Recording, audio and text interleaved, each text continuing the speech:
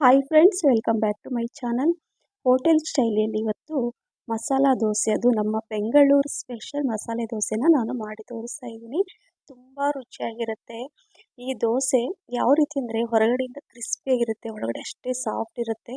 ದೋಸೆ, ಈ ಆಲೂಗಡ್ಡೆ ಪಲ್ಯ, ಅದ್ರ ಜೊತೆ ಈ ಚಟ್ನಿ ತಿಂತಾ ಇದ್ರೆ ರಿಯಲಿ ಫ್ರೆಂಡ್ಸ್, ಯಾವ ಹೋಟೆಲ್ಗಿಂತ ಏನು ಕಮ್ಮಿ ಇಲ್ಲ. ಈ ರುಚಿ ಅಷ್ಟೊಂದು ರುಚಿಯಾಗಿರುತ್ತೆ. ಪದೇ ಪದೇ ನೀವು ಇಷ್ಟೊಂದು ರುಚಿಯಾಗಿ ನಾವು ಮನೇಲೇ ಮಾಡ್ಕೋಬೋದು ಅಂತ ನೀವು ಮಾಡಿ ತಿಂತೀರಾ.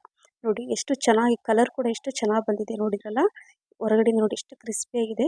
ಈ ಆಲೂಗಡ್ಡೆ ಪಲ್ಯ ಜೊತೆ ಈ ಚಟ್ನಿ ಜೊತೆ ಸೂಪರ್ ಆಗಿರುತ್ತೆ. ಮಿಸ್ ಮಾಡದೆ ಮಾಡಿ ಬನ್ನಿ. ಯಾವ ರೀತಿ ಮಾಡೋದು ಅಂತ ನೋಡೋಣ. ಇಲ್ಲಿ ದೋಸೆ ಹಿಟ್ಟಿಗೆ ದೋಸೆ ಹಿಟ್ಟು ಮಾಡಲಿಕ್ಕೆ ನಾನು ಅಕ್ಕಿನ ನೆನೆಸ್ತಾ ಇದ್ದೀನಿ. ಸೊ ಇಲ್ಲಿ 2 ಗ್ಲಾಸ್ ಅಷ್ಟು ನಾನು ದೋಸೆ ಅಕ್ಕಿನ ತೊಗೊಳ್ತಾ ಇದ್ದೀನಿ. ನಾನು ತೋರಿಸ್ತಾ ಇದ್ದೀನಿ ನೋಡಿ, ಈ ಗ್ಲಾಸಿಂದ 2 ಗ್ಲಾಸ್ ಅಷ್ಟು ದೋಸೆ ಅಕ್ಕಿ ತೊಗೊಳ್ತಾ ಇದ್ದೀನಿ. ಸೊ ರೇಷನ್ ಅಕ್ಕಿ ಕೂಡ ತೊಗೋಬೋದು. ಹಾಗೆ ಅರ್ಧ ಗ್ಲಾಸ್ ಅಷ್ಟು, ಅರ್ಧ ಗ್ಲಾಸ್ ಏನು ದೋಸೆ ಎಷ್ಟು ತೊಗೊಂಡಿದ್ರು ಅದೇ ಗ್ಲಾಸಲ್ಲಿ ಅರ್ಧ ಗ್ಲಾಸ್ ಅಷ್ಟು ಇದು ಉದ್ದಿನಬೇಳೆ ತೊಗೊಂಡಿದ್ದೀನಿ. ನಂತರ ಇಲ್ಲಿ ಕಡಲೆಬೇಳೆ ಹಾಕ್ಕೋಬೇಕು. ಕಲರ್ ತುಂಬ ಚೆನ್ನಾಗಿ ಗೋಲ್ಡನ್ ಕಲರ್ ಬರಬೇಕು, ಕ್ರಿಸ್ಪಿಯಾಗಿ ಬರಬೇಕಂದ್ರೆ ನಾನು ತೋರಿಸ್ತಾ ಇದ್ದೀನಿ ಇದೇ ಮೆಜರ್ಮೆಂಟಲ್ಲಿ ಇದೇ ರೀತಿಯಾಗಿ ಫಾಲೋ ಮಾಡಿ, ತುಂಬ ಚೆನ್ನಾಗಿ ಬರುತ್ತೆ ನೋಡಿ. 1 ಟೇಬಲ್ ಸ್ಪೂನ್ ಅಷ್ಟು ನಾನು ಕಡಲೆಬೇಳೆ ಹಾಕ್ಕೊಂಡಿದ್ದೀನಿ. ಹಾಗೆ 2 ಟೇಬಲ್ ಸ್ಪೂನ್, 3 ಮತ್ತು 4, ಒಟ್ಟು 4 ಟೇಬಲ್ ಸ್ಪೂನ್ ಅಷ್ಟು ಕಡಲೆಬೇಳೆನ ಹಾಕ್ಕೋಬೇಕು. ತುಂಬ ಕ್ರಿಸ್ಪಿಯಾಗಿ ಬರುತ್ತೆ. ಹಾಗೆ 1 ಟೇಬಲ್ ಸ್ಪೂನ್ ಅಷ್ಟು ಮೆಂತ್ಯ ಕಾಳು ಹಾಕ್ಕೊಂಡು ಈಗ ಇದನ್ನು 2 ರಿಂದ 3 ಟೈಮ್ ನೀಟಾಗಿ ಚೆನ್ನಾಗಿ ತೊಳೆದ್ಬಿಟ್ಟು ಇದನ್ನು ನೆನೆಸಲಿಕ್ಕೆ ಇಡಬೇಕು. ಫ್ರೆಂಡ್ಸ್, ನಾನು ತೋರಿಸಿದ ರೀತಿಯಲ್ಲಿ ನೀವು ಒಮ್ಮೆ ಮಾಡಿ, ರುಚಿ ಅಂತೂ ತುಂಬ ಚೆನ್ನಾಗಿ ಬರುತ್ತೆ. ಸೊ ಈಗ ನಾನು 2 ರಿಂದ 3 ಟೈಮ್ ನೀಟಾಗಿ ತೊಳೆದ್ಬಿಟ್ಟು ನೀರು ಹಾಕಿಬಿಟ್ಟು ಇದನ್ನು ನಾನು ನೆನೆಸಲಿಕ್ಕೆ ಇಟ್ಟಿದ್ದೀನಿ. ಒಂದು 5 ರಿಂದ 6 ಗಂಟೆ ನೆನೆದ ನಂತರ ರುಬ್ಬೋಕ್ಕೆ ಒಂದು ಅರ್ಧ ಗಂಟೆ ಮುಂಚೆ 1 ಕಪ್ ಅಷ್ಟು ನಾನು ಅವಲಕ್ಕಿ ಹಾಕ್ಕೊಂಡಿದ್ದೀನಿ. ಅವಲಕ್ಕಿ ಹಾಕಿ ತೊಳೆದು ಮತ್ತೆ ಸ್ವಲ್ಪ ನೀರು ಹಾಕಿ ಇದನ್ನು ನಾನು ಮುಚ್ಚಿಡ್ತೀನಿ. ಒಂದು ಅರ್ಧ ಗಂಟೆ ನೆನಿಲಿ, ಯಾಕಂದರೆ ಅವಲಕ್ಕಿ ಹಾಕಿದ್ದೆಲ್ಲ ಅದು ನೆನಿಬೇಕು. ಸೊ ಈಗ ಅವಲಕ್ಕಿ ನೆಂದ ಮೇಲೆ ಈಗ ನಾನು ಮಿಕ್ಸಿ ಜಾರಲ್ಲಿ ಹಾಕ್ಕೊಳ್ತಾ ಇದ್ದೀನಿ. ಇದನ್ನು ರುಬ್ಕೋಬೇಕು. ಫೈನಾಗಿ ನೀಟಾಗಿ ಚೆನ್ನಾಗಿ ರುಬ್ಕೋಬೇಕು. ತರಿಯಾಗೆಲ್ಲ ರುಬ್ಕೊಂಡ್ರೆ ದೋಸೆ ಅಷ್ಟು ಚೆನ್ನಾಗಿ ಬರಲ್ಲ.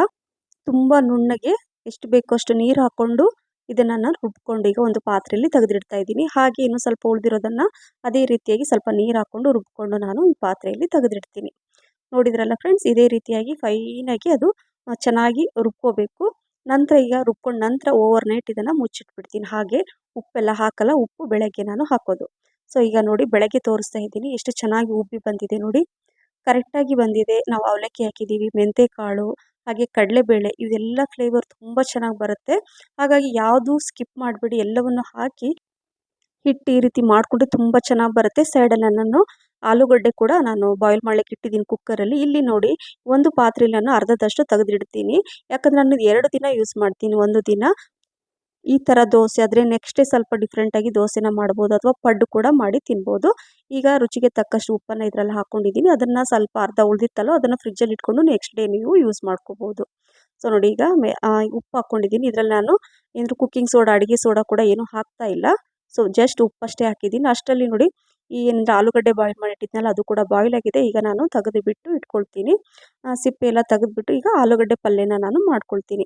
ಈ ದೋಸೆಗೆ ಆಲೂಗಡ್ಡೆ ಪಲ್ಯ ತುಂಬ ಚೆನ್ನಾಗಿರುತ್ತೆ. ನಾನು ಯಾವ ರೀತಿ ತೋರಿಸ್ತಿದ್ದೀನಿ ಅದೇ ರೀತಿ ಮಾಡ್ಕೊಳ್ಳಿ. ತುಂಬ ಸಿಂಪಲ್ ಆಗಿದ್ರೆ ರುಚಿ ಮಾತ್ರ ತುಂಬ ಚೆನ್ನಾಗಿರುತ್ತೆ. ಒಂದು ಕಡಾಯಿ ಇಟ್ಕೊಂಡಿದ್ದೀನಿ ನಾನು, ಅಲ್ಲಿ ಸ್ವಲ್ಪ ಎಣ್ಣೆ ಹಾಕಿದ್ದೀನಿ. ಎಣ್ಣೆ ಬಿಸಿ ಆದಮೇಲೆ ಸ್ವಲ್ಪ ಸಾಸಿವೆ, ಜೀರಿಗೆ ಹಾಕ್ಕೊಂಡಿದ್ದೀನಿ. ಹಾಗೆ 1 ಟೀ ಸ್ಪೂನಷ್ಟು ಕಡಲೆಬೇಳೆ, ಸ್ವಲ್ಪ ಫ್ರೆಶ್ ಕರಿಬೇವು ಸೊಪ್ಪು ಕೂಡ ಹಾಕ್ಕೋಬೇಕು. ಸ್ವಲ್ಪ ಹಿಂಗೆ ಹಾಕ್ಕೊತಾ ಇದ್ದೀನಿ. ನಂತರ ಇದು ಸ್ವಲ್ಪ ಕಲರ್ ಚೇಂಜ್ ಆದ ತಕ್ಷಣ ಒಂದು 5 ರಿಂದ 6 ಹೆಚ್ಚಿರುವಂಥ ಹಸಿಮೆಣಸಿನ್ಕಾಯಿ, 2 ರಿಂದ 3 ಸ್ವಲ್ಪ ದೊಡ್ಡ ಗಾತ್ರದಲ್ಲಿದ್ದರೆ 2 ಹಾಕ್ಕೊಳ್ಳಿ ಈರುಳ್ಳಿ ಹಾಕ್ಕೊಂಡು ನೋಡಿ, ಈ ರೀತಿಯಾಗಿ ಉದ್ದುದ್ದಕ್ಕೆ ಹೆಚ್ಕೋಬೇಕು. ಈ ಪಲ್ಯ ಮಾಡಲಿಕ್ಕೆ ನಾನು ತೋರಿಸ್ತಾ ಇದ್ದೀನಲ್ವ, ಏನಂದರೆ ಹಸಿಮೆಣಸಿನ್ಕಾಯಿನ ಉದ್ದ ಹೆಚ್ಕೊಂಡಿದ್ದೀನಿ. ಹಾಗೆ ಈರುಳ್ಳಿ ಕೂಡ ಉದ್ದುದ್ದಕ್ಕೆ ಹೆಚ್ಕೊಂಡು ಹಾಕ್ಕೊಂಡ್ರೆ ತುಂಬ ಚೆನ್ನಾಗಿ ಬರುತ್ತೆ. ಸ್ವಲ್ಪ ಕಲರ್ ಚೇಂಜ್ ಆದಮೇಲೆ ಸ್ವಲ್ಪ ಅರಿಶಿಣ ಹಾಕ್ಕೊಂಡಿದ್ದೀನಿ. ರುಚಿಗೆ ತಕ್ಕಷ್ಟು ಉಪ್ಪು ಹಾಕ್ಕೊಂಡು ಇದನ್ನು ಮಿಕ್ಸ್ ಮಾಡ್ಕೋಬೇಕು.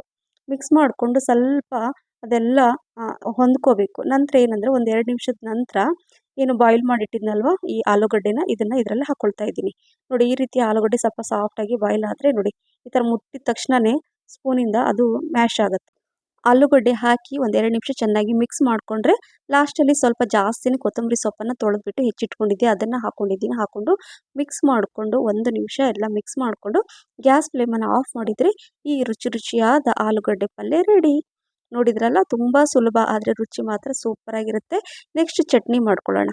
ಈ ಚಟ್ನಿ ಮಾಡ್ಕೊಳ್ಳಿಕ್ಕೆ ಅರ್ಧ ಬಟ್ಲಷ್ಟು ತೆಂಗಿನ ತುರಿ, ಶುಂಠಿ, ಬೆಳ್ಳುಳ್ಳಿ, ಹಸಿಮೆಣಸಿನ್ಕಾಯಿ, ಸ್ವಲ್ಪ ಪುದೀನ ಜಾಸ್ತಿ ಹಾಕ್ಕೋಬೇಕು, ರುಚಿಗೆ ತಕ್ಕಷ್ಟು ಉಪ್ಪು, ಸ್ವಲ್ಪ ನೀರು ಹಾಕ್ಕೊಂಡು ಈ ರೀತಿಯಾಗಿ ರುಬ್ಕೊಂಡ್ರೆ ಚಟ್ನಿ ರೆಡಿ ಆಗುತ್ತೆ. ಈಗ ಈ ಚಟ್ನಿಗೆ ಒಗ್ಗರಣೆ ಕೊಡಬೇಕು. ಒಗ್ಗರಣೆ ಕೊಟ್ಟರೆ ತುಂಬ ರುಚಿಯಾಗಿರುತ್ತೆ. ಸ್ವಲ್ಪ ನೀರು ಹಾಕ್ಕೊಂಡು ಮಿಕ್ಸ್ ಮಾಡಿ ಇಟ್ಕೊಂಡಿದ್ದೀನಿ. ಸ್ವಲ್ಪ ಎಣ್ಣೆ ಹಾಕ್ಕೊಂಡಿದ್ದೀನಿ, ಸಾಸಿವೆ ಹಾಕ್ಕೊಂಡು ನಂತರ ಸ್ವಲ್ಪ ಕರಿಬೇವು ಹಾಗೆ ಒಣಮೆಣಸಿನ್ಕಾಯಿ ಹಾಕ್ಕೊಂಡಿದ್ದೀನಿ. ಸ್ವಲ್ಪ ಹಿಂಗೆ ಕೂಡ ಹಾಕ್ಕೋಬೇಕು. ನಂತರ ಇದನ್ನು ಸ್ವಲ್ಪ ಒಂದು 30 ಸೆಕೆಂಡ್ ಸ್ವಲ್ಪ ಎಣ್ಣೆಯಲ್ಲಿ ಫ್ರೈ ಮಾಡಿಕೊಂಡು ಈ ಒಗ್ಗರಣೆನ ಇದರಲ್ಲಿ ಹಾಕಿದರೆ ಈ ಚಟ್ನಿ ಕೂಡ ರೆಡಿ ಆಯಿತು. ನೋಡಿದ್ರಲ್ಲ ಫ್ರೆಂಡ್ಸ್, ತುಂಬ ಸಿಂಪಲ್ ಆದ ಈ ಚಟ್ನಿ, ತೆಂಗಿನಕಾಯಿ ಚಟ್ನಿ ರೆಡಿ ಆಯಿತು.